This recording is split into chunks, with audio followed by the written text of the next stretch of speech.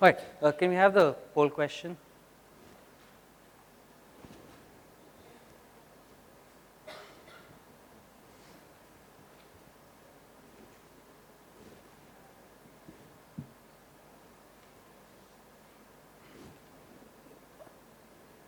Can we put up the poll question? The first slide. No, the poll questions are not here.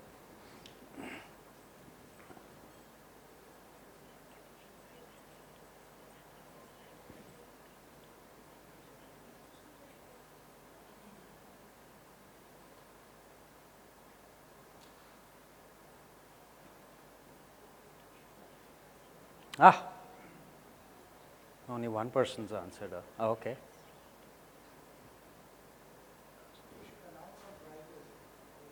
Kusum, can we give some prizes for the most innovative answer?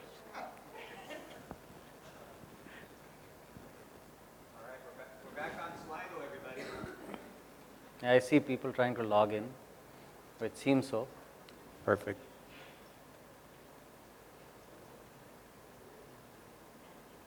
All right, so 5 people, temporary suspension.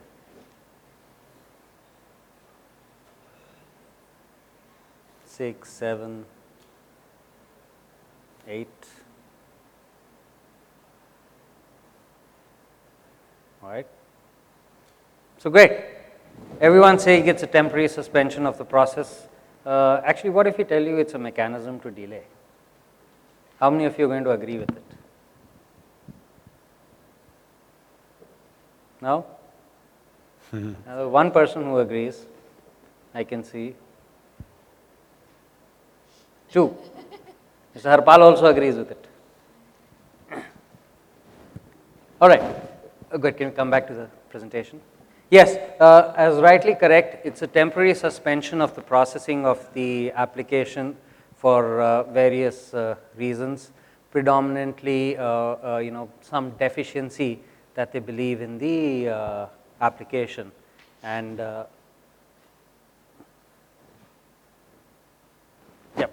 So, as I said, it's a temporary hold or a temporary suspension on issuing of the visa. It occurs when the application is found to be deficient in some manner or the other. Now, the deficiency need not necessarily be with the individual or with the employer.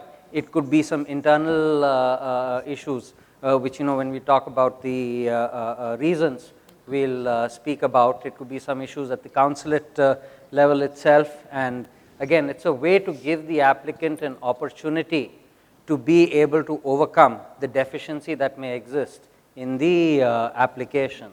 And yes, it is not a denial of the visa. So can I say 100% it's not a denial of the visa? By show of hands, yes or no? Or could it be a soft denial? Well, only a couple of people believe it's not a denial.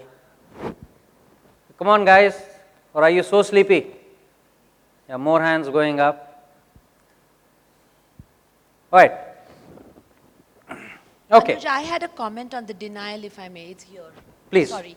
I had a question. An unresolved 221G, we've always been treating that as a denial. And when we've asked consular officers also, they've said that's a denial. Would you agree with that?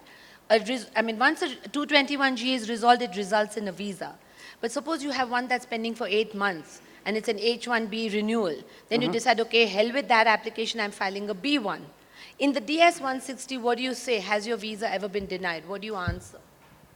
Well, the answer theoretically should be no, because we haven't received a denial of the visa.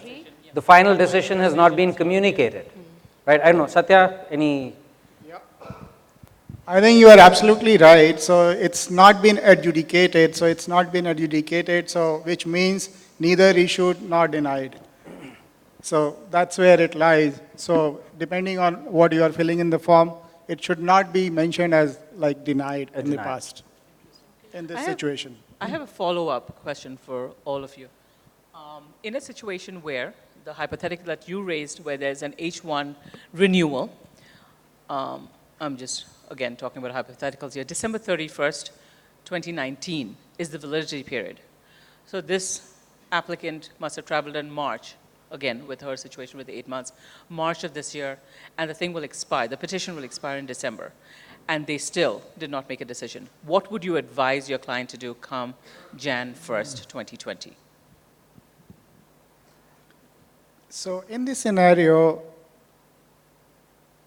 they will keep this application again in 221G. And if you are able to get a new approved petition, you can attach the same to your old application. Oh, really? So that Okay. is point one. Okay. Because that application will be live in their system until they close it. Correct. So, but by law, they will keep it open. Okay. The second choice is if you want to make a fresh application, as Anuj mentioned earlier, and then what do you say in the new application is whether your old visa of a similar type is denied or no. So your answer will be no, because it was pending adjudication. Okay. So you can treat it either way, file as a new application or submit your new approved petition as an additional evidence to the old application if it gets approved. What if I recommend withdrawing, now that I've gotten a new extension, hypothetically, Jan 1st, 2022, Jan 1st, 2023, would you, or what do you think about me withdrawing this application and then filing afresh?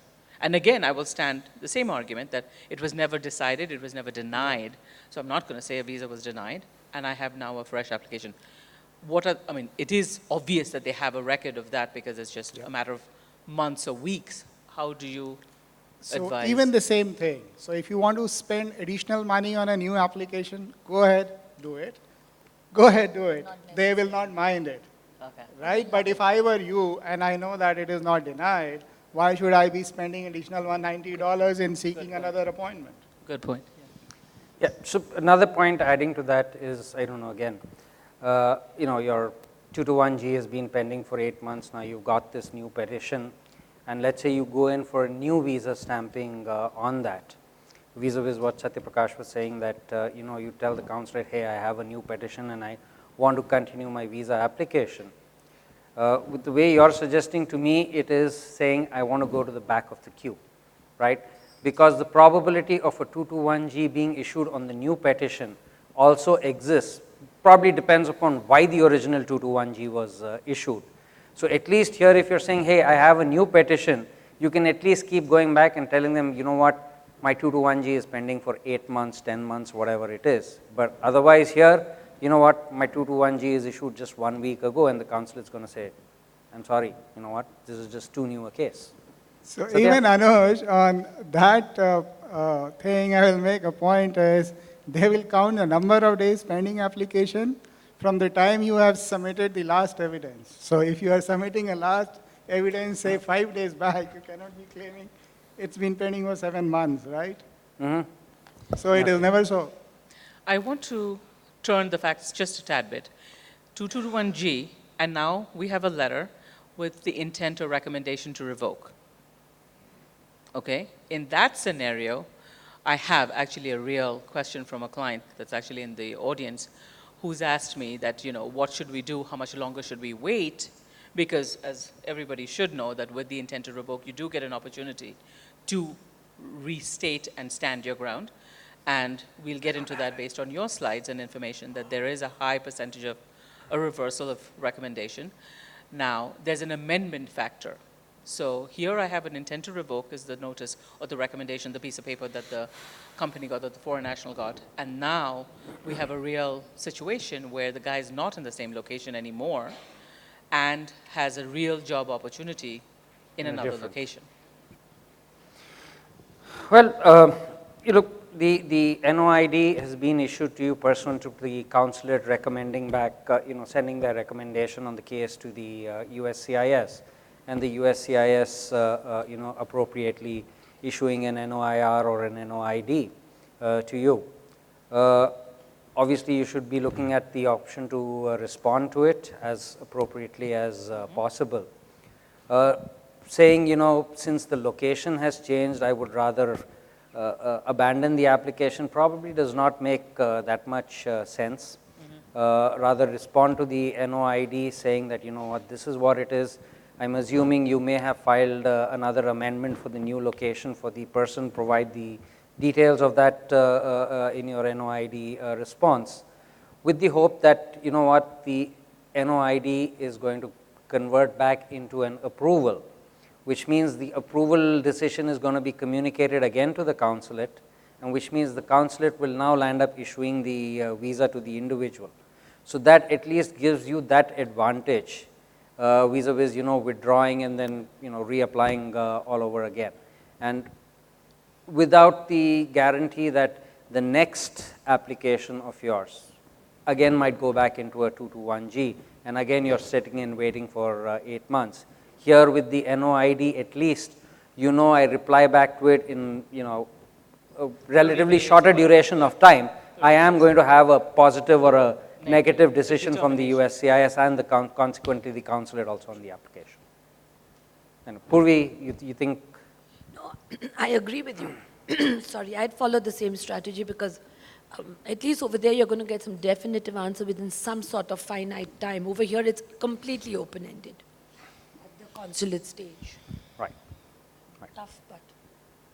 All right, so coming back, three things we typically normally land up seeing: 221G, 214B, or 221A. So that's the kind of difference which you have between the 221G. 221G, as we spoke, is a temporary suspension of the application. 212A defines that you are ineligible for the grant of the visa for various reasons: health, criminal conviction, security related grounds, the latest public charge. So maybe we want to spend a couple of minutes on that. What do you think? The public charge is going to come through soon, or the courts are just going to hold on to it? I think, my take on that is they made the effective date so quickly without any notice is one of the main reasons we could get an injunction. I don't think we can get away with just not obeying the law, because this is also something like we talked in the morning session with Buy American, Hire American, is that's what he's promised his base, that these foreigners are not going to freeload of our economy. And that's essentially the public charge, which I really don't see for an H or an L, which is, I'm dealing with most of the people here, prevailing wage, minimum pay, insurance. Nobody will need the public charge. The public charge is more for family-based cases. And the asylum cases. But the way I have understood it is that, according to me, the law always provided for this. But the government enforced it very leniently and only applied it to paupers, what they deemed as paupers. Basically, under the poverty line. Under the poverty line, or with no access to any income at all. They've just decided to enforce it more strictly now. So I think it will come. So I believe one of the contentions while challenging this was, what is it making the government to change its year-long stand on this all of a sudden and so sudden? Am I correct in that? Yeah, that is a cause for concern, but you can't challenge why a law which was not enforced strictly before is being enforced. How can you challenge that? So in my view, that this public charge thing has come to stay.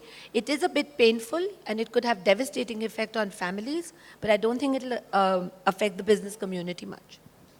Yeah, I have the same opinion. So like from the corporate side for H&Ls or any work visas whatsoever, I don't think public charge will have to worry about.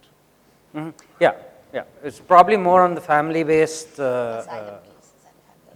Anindita. Not to throw a wrench into our discussion, it just is something that's been bothering me for a little while. Talking about collecting money, I'd really like to see some data about the $500 training fee they've collected for the last 20 years. Odd. What have they done with the billions of dollars?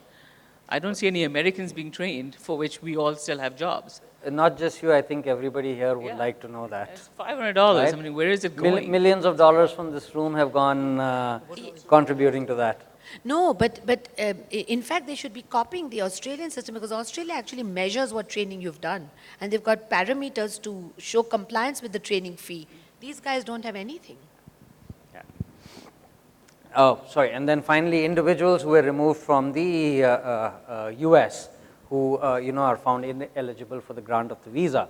214B effectively states that an individual is presumed to be an immigrant until and unless he can demonstrate to the officer otherwise, or convince the officer otherwise, and if he's or she is unable to convince, results in a denial.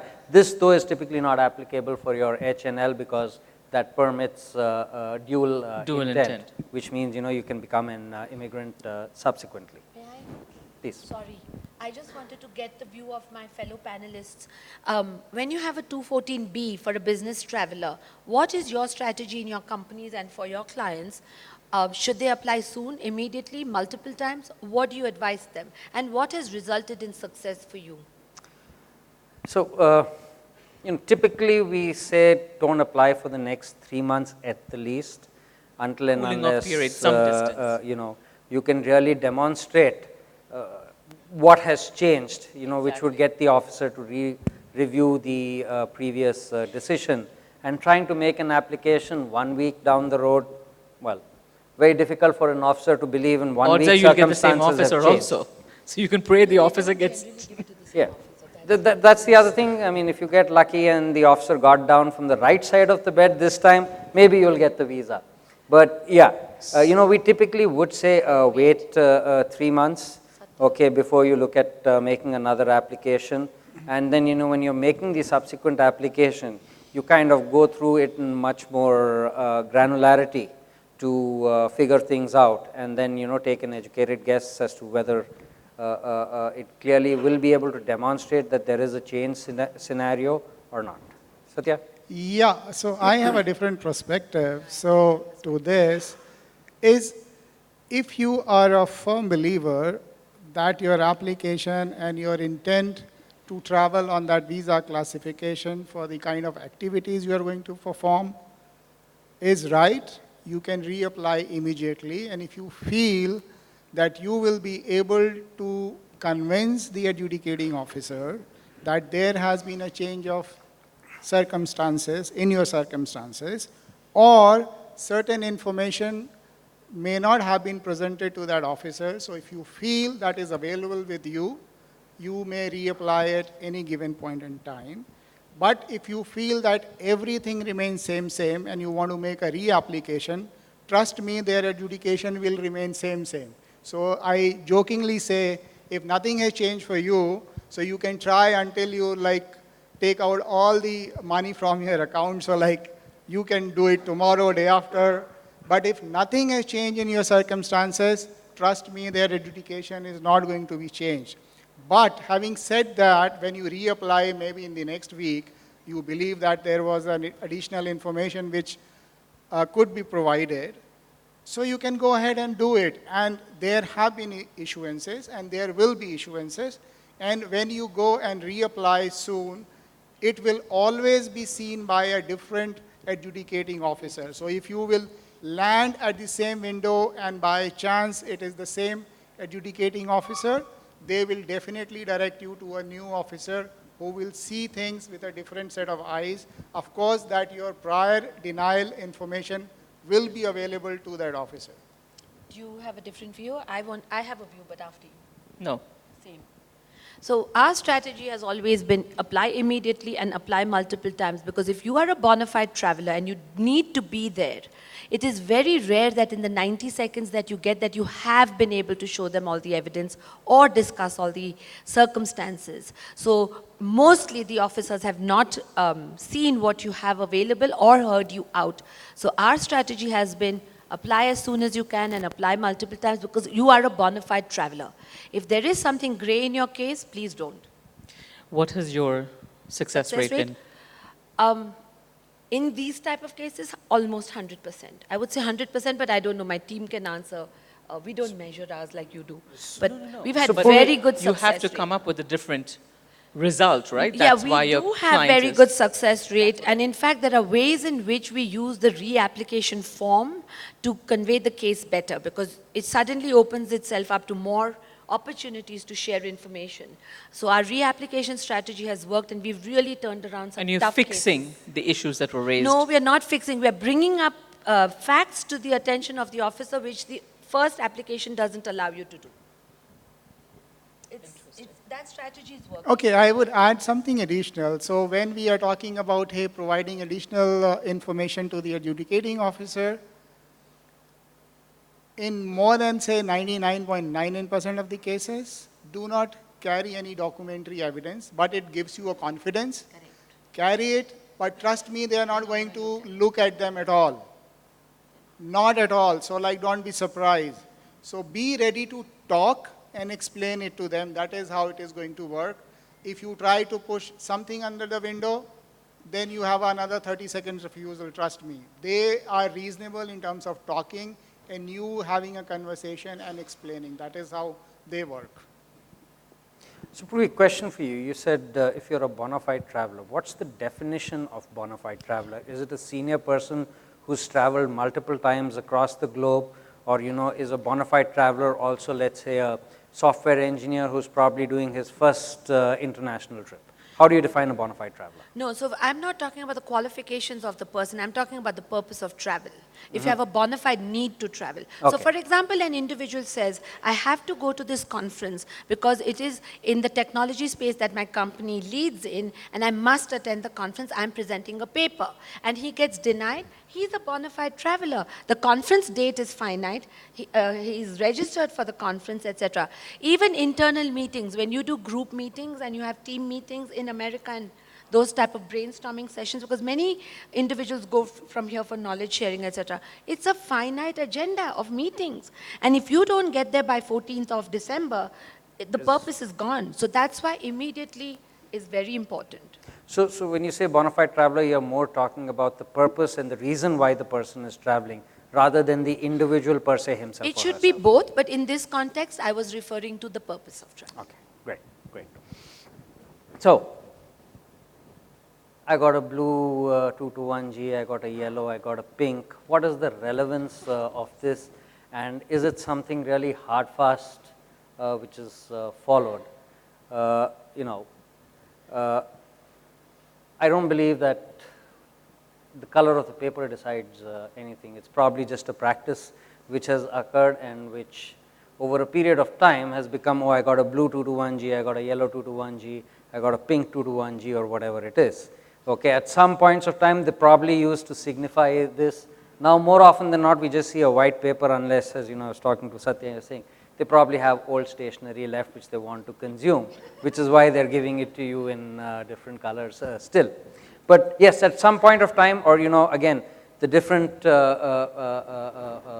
reasons why the 221G could be issued, the first one being additional information or documentation which is required to recommence the processing of this application. Now, this does not necessarily mean that there is information required only from the individual or only from the company.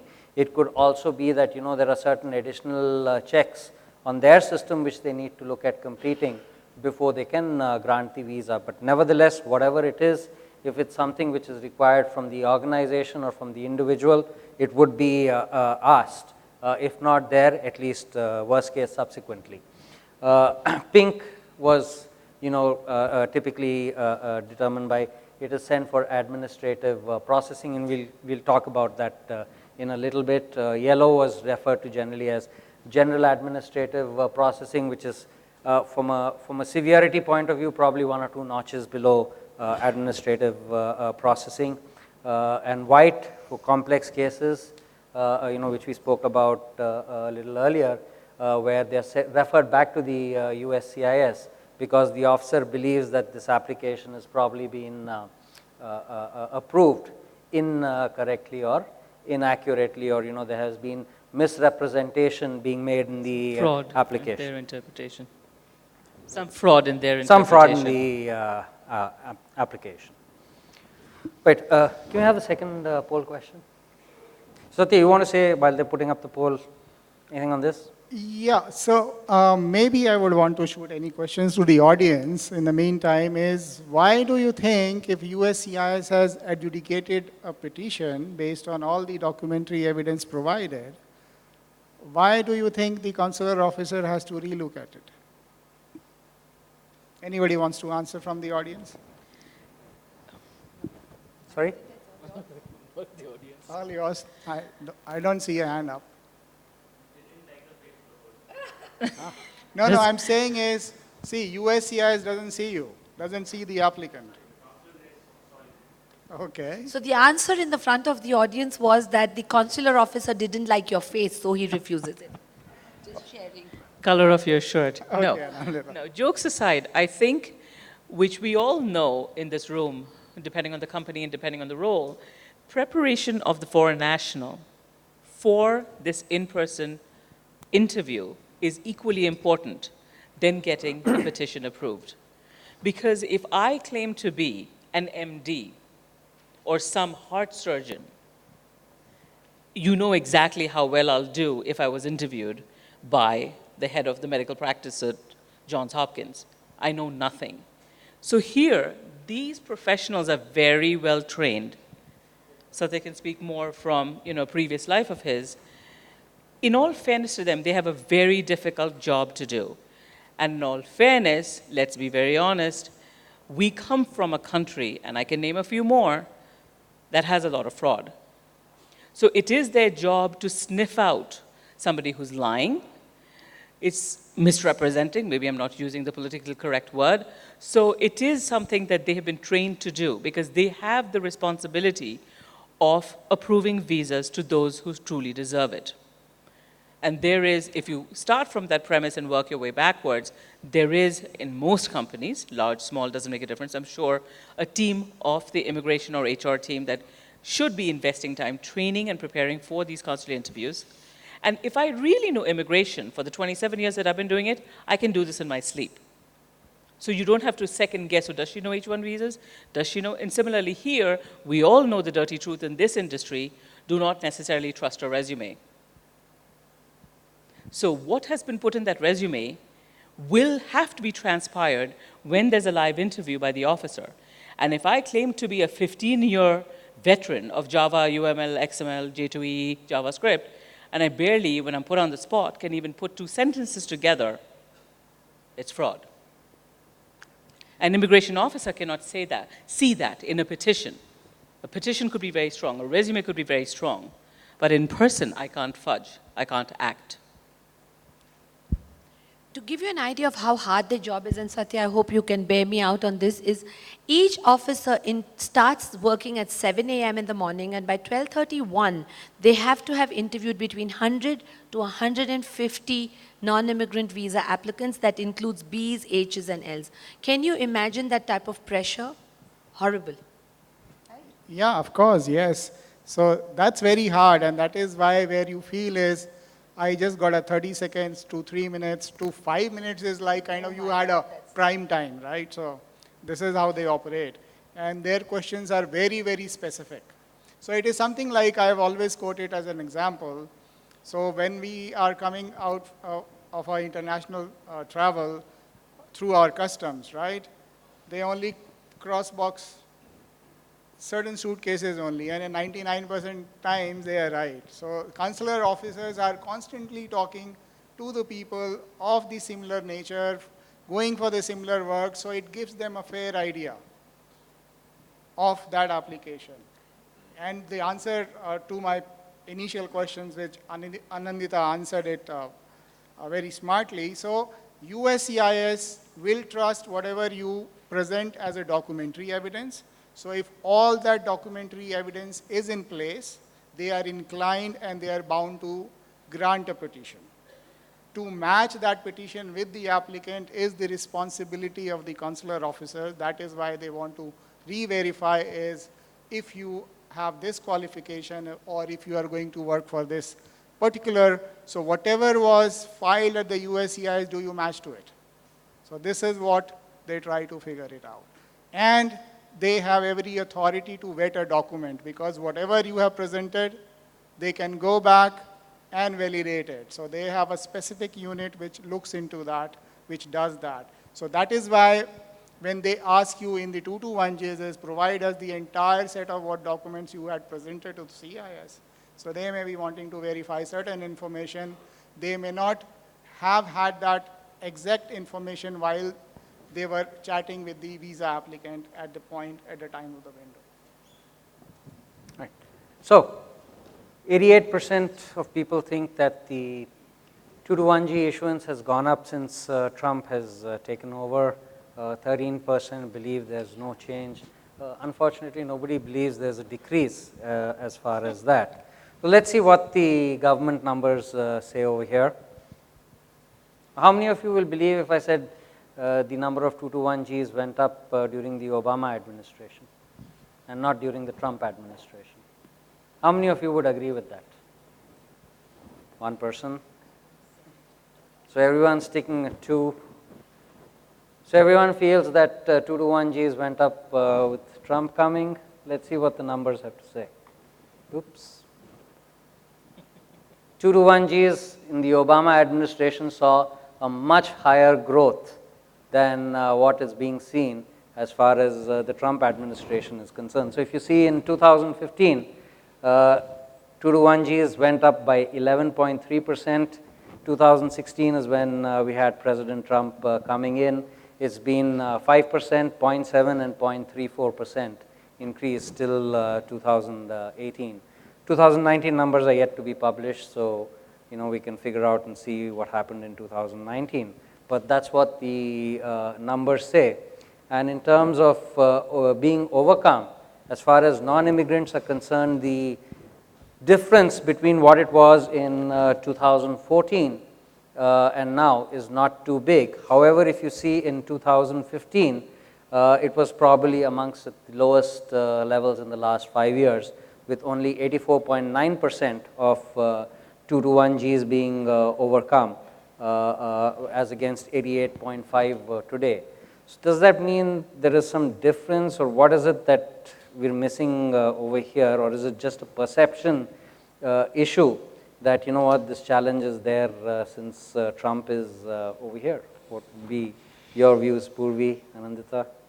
I mean, this data, when you educated us or me, was very surprising, because that's not what we hear from our clients, because there is a lot of escalations, reviews of 221Gs. And what is also interesting is what you had also shown me is if we look at the left-hand slide. Yeah, we'll come to that. Okay, We'll just okay, give sorry. us a minute. This is shocking to me, because the Sorry, go ahead. the hype, the noise, the talk is skyrocketed. Everything's being scrutinized. Everything's being denied. Is there a difference between 221Gs in family and in NIV? Are they separated or not? Yes, they are separated, They which are. is what I can't Anindita was see talking that of the data. left-hand He's side. coming to that. So we'll come to that in a moment. I think that might have some bearing. Absolutely, you're absolutely right. If you see the the immigrant visa side, it's completely reversed. From a 7.2% increase in 15, we have reached a 34.1% increase in 221G issuances as far as immigrant visas are concerned, and there is a consistent drop in the ability of people to be overcoming those 221Gs in the last couple of years. So you're right, Poorvi, there's a stark difference between non-immigrant and immigrant. If I have to really club it and say, for as far as non-immigrants are concerned, there doesn't seem to be such a significant change, since President Trump has taken over, though a lot of rhetoric on that has been created. Okay, but when you look at the immigrant side, it's a completely different picture. I don't know, do you believe it could be stemming from, President Trump's aversion to family-based immigration vis-a-vis employment-based immigration? I think that could have a bearing, and in India particularly, since at least the past 7-8 months, they've consolidated all family cases in Mumbai. So how they've created a pool of excellence for L1 blankets in Chennai, they've created the pool of excellence for family in Mumbai. So I think that might have something to do with Indian 221Gs. But I think what the issue just now and why there's so much noise around 221G is not the number of 221Gs, but the length of time it's taking to resolve them. Sure. That is throwing business off terribly. Okay. And that's the buzz.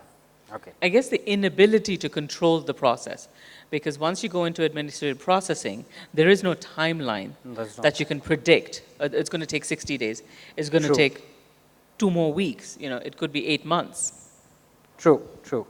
Right.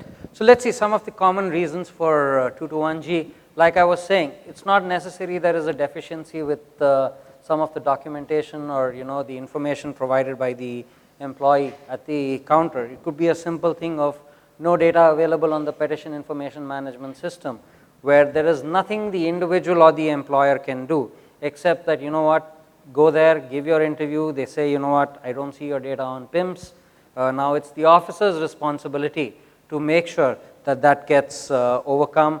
By and large, we've seen that within 2 weeks, the 221G is getting cleared for such cases. Yeah, even just to add, so like PIMS is a very fast thing to happen. So the consular officer on the spot, by the evening, just write one email to the PIMS, and by the second day or the third day, that information get populated. So if the petition was approved, the information was missing from the PIMS, it gets populated, and there's nothing to worry on that count. A visa cannot be refused based on that, so be assured on that. Visa eligibility. So now that's the question which we were speaking about a little while ago, that between what is written and what gets presented, there could be a huge difference. So in those cases, it has to go back to the USCIS, NOIR, NOID follows. That becomes a time-consuming process, which could probably take 4 to 6 months at least to resolve. Simple employment checks which need to be done. I'm sure a lot of us get calls not just from the US consulate or embassy, but from other consulates and embassies is, can you confirm if John Doe is employee or was employed with you in the past? So some easy and quick checks like that could be the reason, because they have some reason to suspect. Background checks. Now this again can take a long time, and this typically moves when a person they believe is going to be working in a sensitive technology area, whatever they find, could be research development, chemical, nuclear, or maybe some high-tech industry, like let's say, for example, a Boeing or defense kind of industry. So needs to do more extensive background checks before they can grant. That again can become a little time-consuming. Fraud detection. Anti-fraud unit would probably go and investigate that out. Again, that can be a little time consuming. Extreme wetting. Have we really seen that happening on ground, though, there have been a lot of things going around on it, and, the courts also stepping in. But we believe that extreme wetting could be one of the reasons. Do you guys have any views on that, whether extreme wetting can be a contributor to 221Gs? I mean, I'm known for being politically incorrect, so let's address the elephant in the room. If you're Muslim, that'll be a trigger that'll set off. That's almost predictable, unfortunately, that you'll get a 221G. Our experience with the Islamic community has not been just so across the board like this. What we see is when the Islamic names are common names, like names that are frequently used in that community, then we see lots of identity mismatches. But if it's a unique name and again a bona fide traveler with correct profile, etc., we're not just seeing it as a blanket across the community. So those are treated differently in my view. But when there is an identity mismatch, and those are so difficult to turn around. So, could people traveling to the so-called axis of evil countries be subject to this kind of stuff? So there are many factors within that also. So like in their system, they have certain names populated based on various information are available with the government.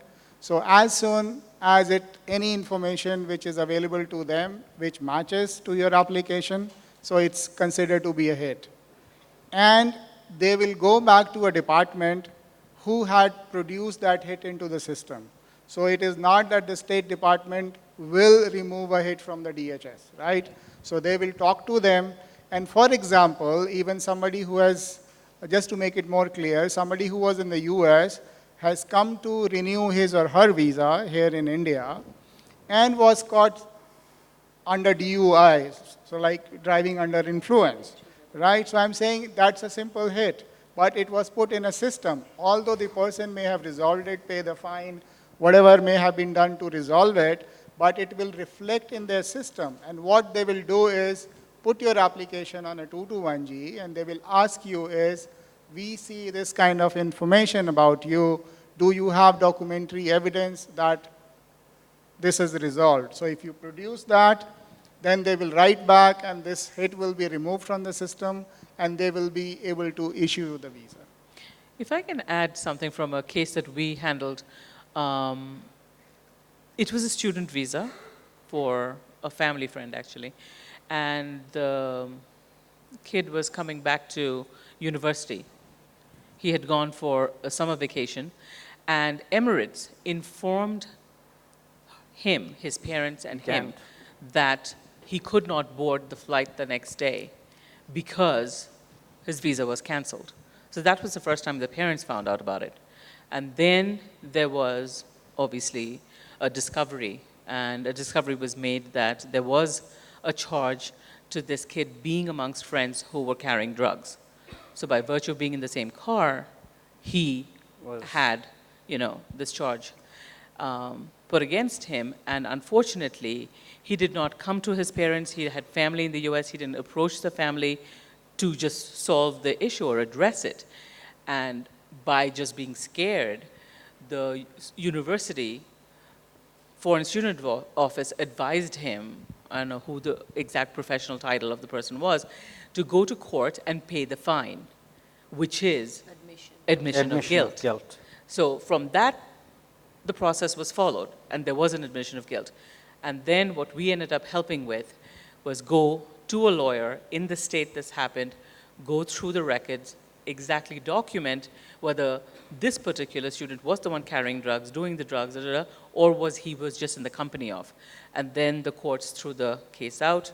It took 2 semesters out of the process, but then sent it back to the consulate, and then the person got the visa and traveled. But this is part of the prudential revocation that is going on just now. That's a new thing, where if they find somebody with this record, they send you an email while you're in the United States saying that your visa has been revoked. So you can continue to remain there, but the moment you leave, you need to overcome that revocation, get a new visa, and go back. Yes. We see many students with these issues, especially with possession of 1 gram or less marijuana, DUIs, lots of these situations. In this case, the kid was too scared, did get the email, never told the parents. Last security advisory opinions are needed before the visa can be granted, and this again could be time consuming depending upon the kind of security advisory that they are looking for. Can we have the third poll question, please?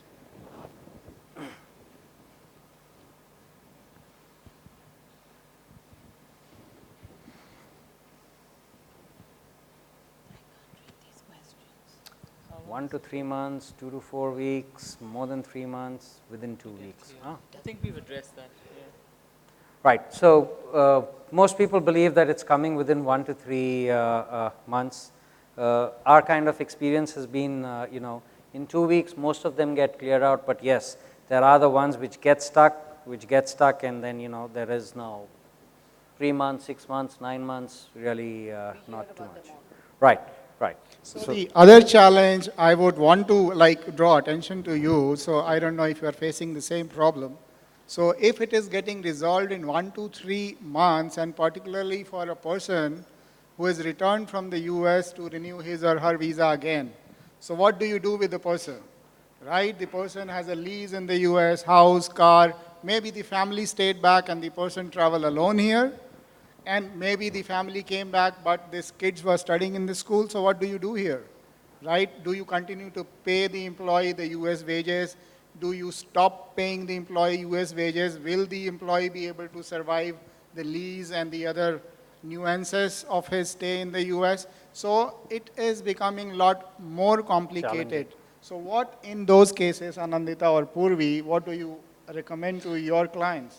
Like we were discussing, yeah, I guess we've had real cases where we are asked, especially where hypothetically here, if the husband traveled because he had to travel for business and the visas had expired for the entire family, and now a 221G has been issued, and the spouse, the wife and the children obviously didn't need to travel. The kids are in school, and then, you know, everything continues. I think we were talking about this offline outside when we were preparing. It is a business decision per company, per case, if I can generalize and say that, because there is no hard and fast, perfect way to handle this.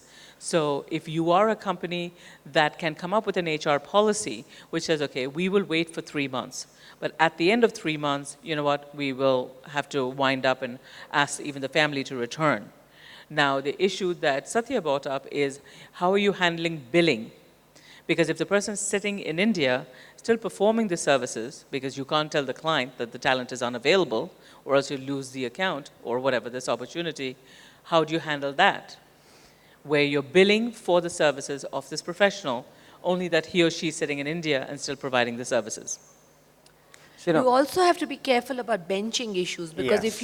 if they come to India and if you're not documenting why they are here, why they've been held up, and there's suddenly this gap in salary or drop in salary, you will run into trouble. So update your public access file, maintain that HR policy about when you're going to have the cutoff of the salary and move him to another salary pay scale, and write no